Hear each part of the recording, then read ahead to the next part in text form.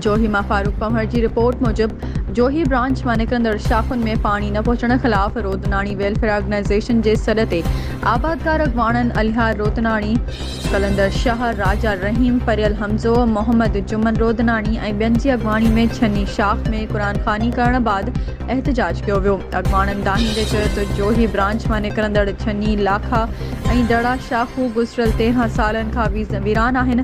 रहवासी पीअण जे पाणी जी अणहूंद सबबि लॾपलाण करे रहिया आहिनि।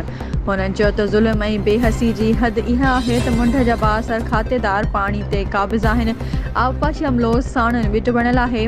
हितां जा चूंडियल नुमाइंदा रुगो वोट वठण था, मसइला हल करण लाइ तयार नाहिनि। हुननि जो चवणु आहे त टिन्ही शाखुनि जा आबादगार ऐं संदन ख़ानदान फाक़कशी वारी ज़िंदगी गुज़ारण ते मजबूर आहिनि। लाश खे गुसल ॾियण लाइ बि पाणी नाहे। हुननि मुतालबो कयो त शाखुनि में पाणी पहुचाए बुख ऐं बदहाली खां बचायो वञे।